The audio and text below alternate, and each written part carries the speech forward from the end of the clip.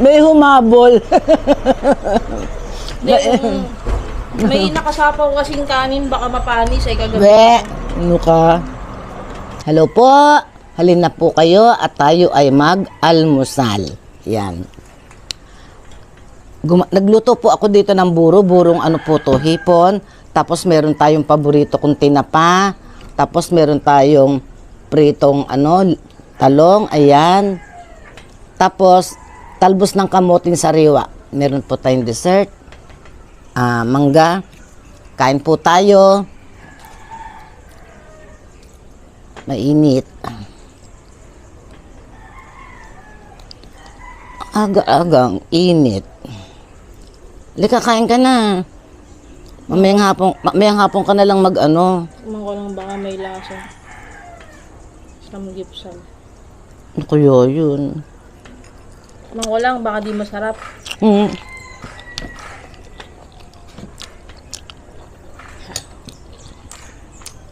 Sa atin naman, walang hindi masarap eh. Hindi ka sabay ka na kasi. Ayoko. Aga pa. Buraan ako. Hindi maaga pa raw yan. Mainit na nga.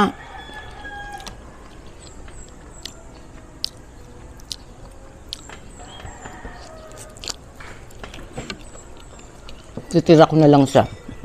Konti lang naman ako mag-uulam.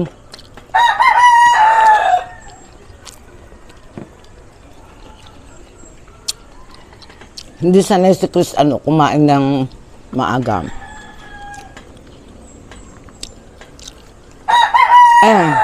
Nung araw sa probinsya,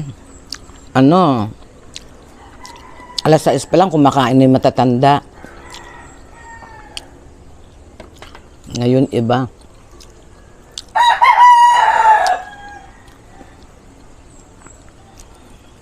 Sarap.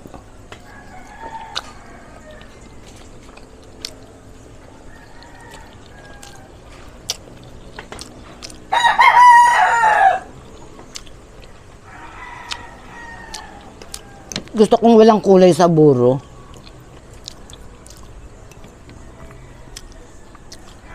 Nakakakain lang ako ng may kulay pag yung pag yung bigay, halimbawa ganyan.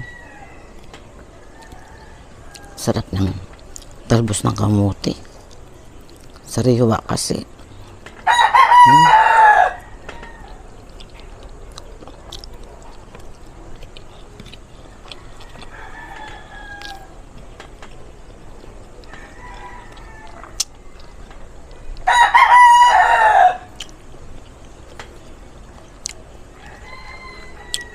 Bagong harvest.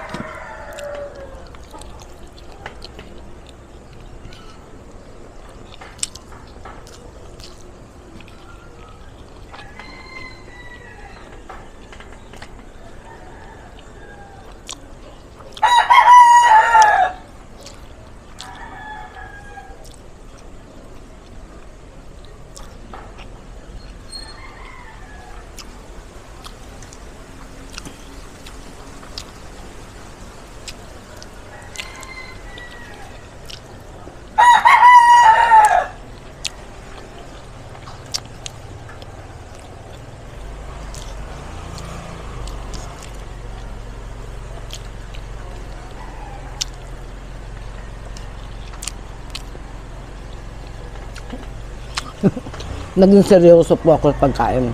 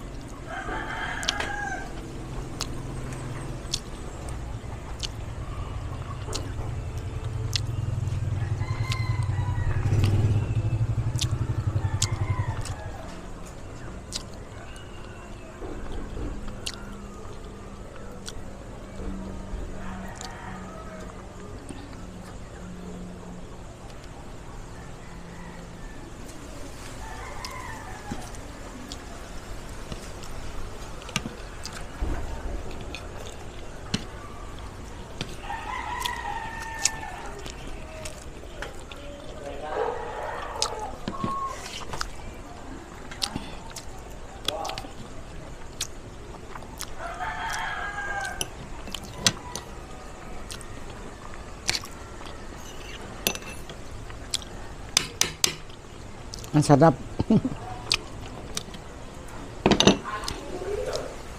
Isang balot yung binili kong buro eh. Pero kilala ko yung gumagawa. Malinis gumawa.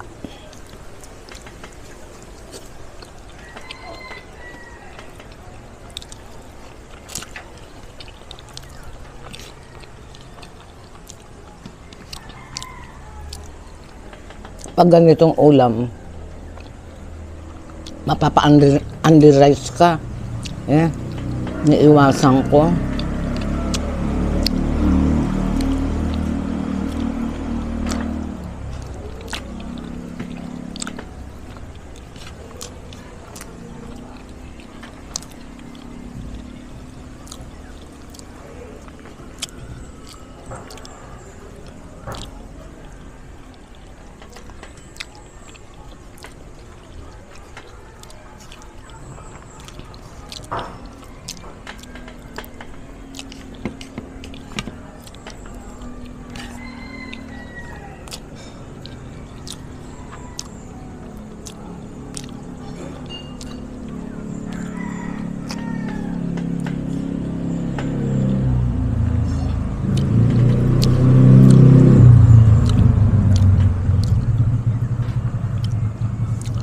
Sarap din ang pritong talong.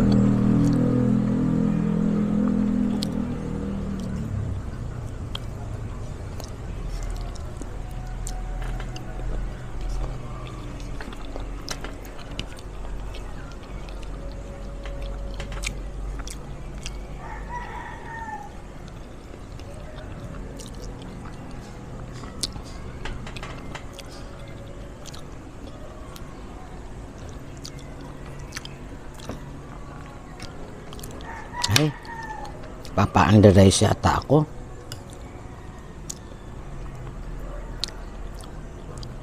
Di iwasan ko pa naman mag-under rice.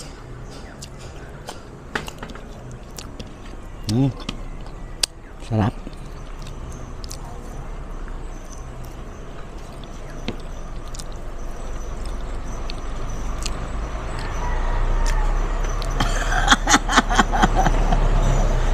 May humabol. May nakasapaw kasing kanin, baka mapanis ay kagabi. Be, ano ka? Kung alam ko lang maglalabas ka, sabi ko parang gusto ko pa ng kanin. Kaya lang, may iwasang... Ang tama na, ang dami. Baka kasi mapanis eh, sinasapaw mo, sabi ko sa isang mo eh. Sarap ng buro.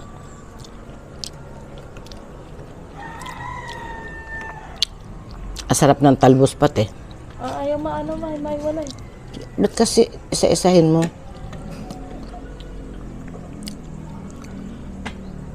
Ganito ang kunin mo ako. Oo, alam ko kasi hindi mo kinakain yung unahan. May tabi ng tangga yung gusto mo. Siyempre, walang buto. Sayang. Oh, parang mapapanis na nga eh. 20 eh.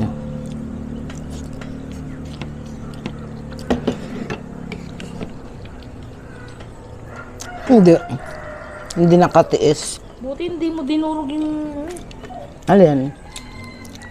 tawag dyan, luya. Nakalimutan ko nga eh. Nakalimutan. Ayoko yung durog, mahirap hanapin. Hindi, nakalimutan ko lagyan ng luya. Hindi ko naigisa. Ay na. Pahabol.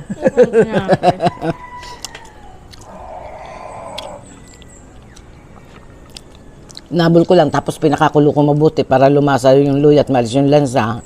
O, di ba? Walang bilog na talong. Marami. Sorry po. Marami. Maraming bilog na talong. Ba't di yung binili mo? Punta tayo kila Epot, mamayang hapon. Oh, ito din daw eh. Ay, o nga pala, no? Kasi guys, alam niyo ba? Kahapon lang ako nakikita ng hagod. Alam niyo hagod, yung bunga ng malunggay? Yung lagi ko niluluto. Ganyan kahaba, oh. Noon lang ako nakakita kasi yung bunga na itong mga... Baka magulang na yun. Hindi. Ang sasariwa pa, kumuha si Marcos eh. Sabi ko, saan mong galing yan? Ba't kahaba? Doon kila Epot. Ay, excuse. Excuse, busog na ako. Oo. Kaya nga sabi ko, punta nga ako doon. Yung kapatid ko, may tanim siguro ganun kahaba. Kapatid ko kasi yung lalaki, dito sa may karatig naming barangay lang. Malapit lang, walking distance lang. Sariwa naman, mga talagang ano. Kaya lang, ang haba, imported yata yun. Imported? Ang haba eh. May imported na gano'n? Ang haba kaya. Ano kasi itong tinapa na to, alugasin to, di ba? Alugasin. Ito yung pinapaksyo din eh. Hindi natin bilang sariwa na ito, di ba? Oo. Daing. Masarap to ipaksyo. Ay, daing yung maliliit lang, hindi pwedeng malaki. Matigas yung... Hindi, pwede yan daing. Ganyan kalaki. Sarap buro. Hindi matubig yung nabili mo na yun. Nakaraan na tubig nabili ko. Depende yata sa gawa. Sa gumagawa.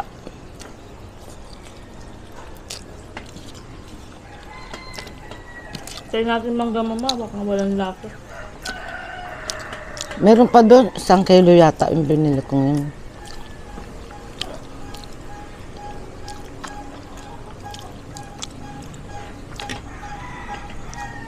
Busog na ako. Lasa ng buro ay maasim lang po.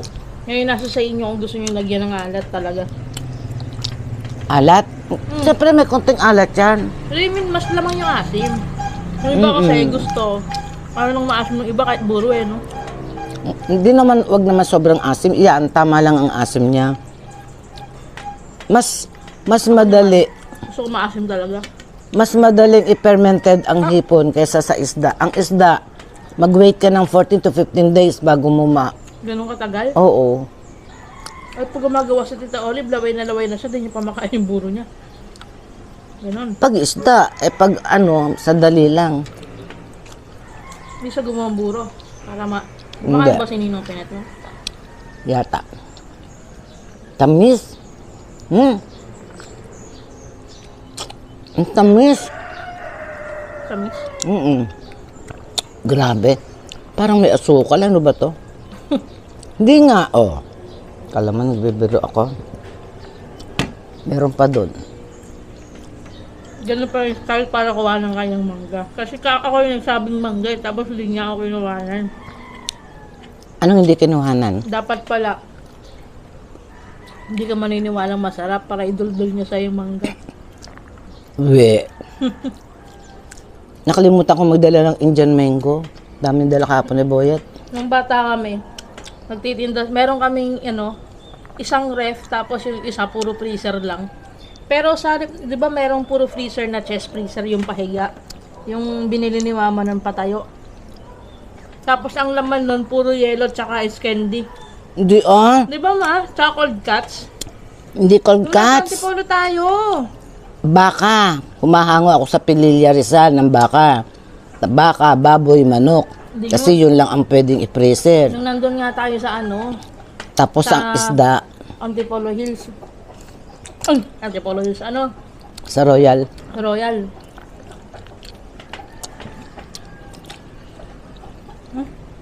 Tamis niya, dapat sinangag yung kanin eh. Mm-mm. Kasi yung sinangag, di ba may alat? Mm. Kaya pag inulam mo siya sa mangga, ang sarap ng dating eh. Mm-mm.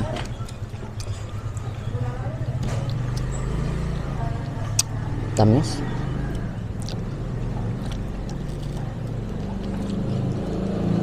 La, hindi ko pala nairan yung nilalaban ko. Tatakbo. Tatakbo mo.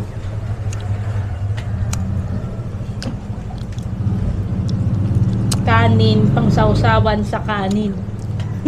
Hmm. Sarap yan kung may mustasa pa nga eh. Mm-mm. Ang hirap kasi ng mustasa eh. Madalang.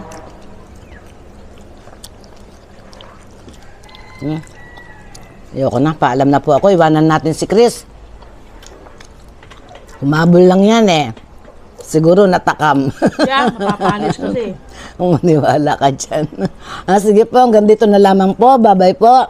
Maraming salamat po sa inyong lahat. Doon po sa hindi pa nakakapag-subscribe, subscribe na po kayo. Bye-bye po.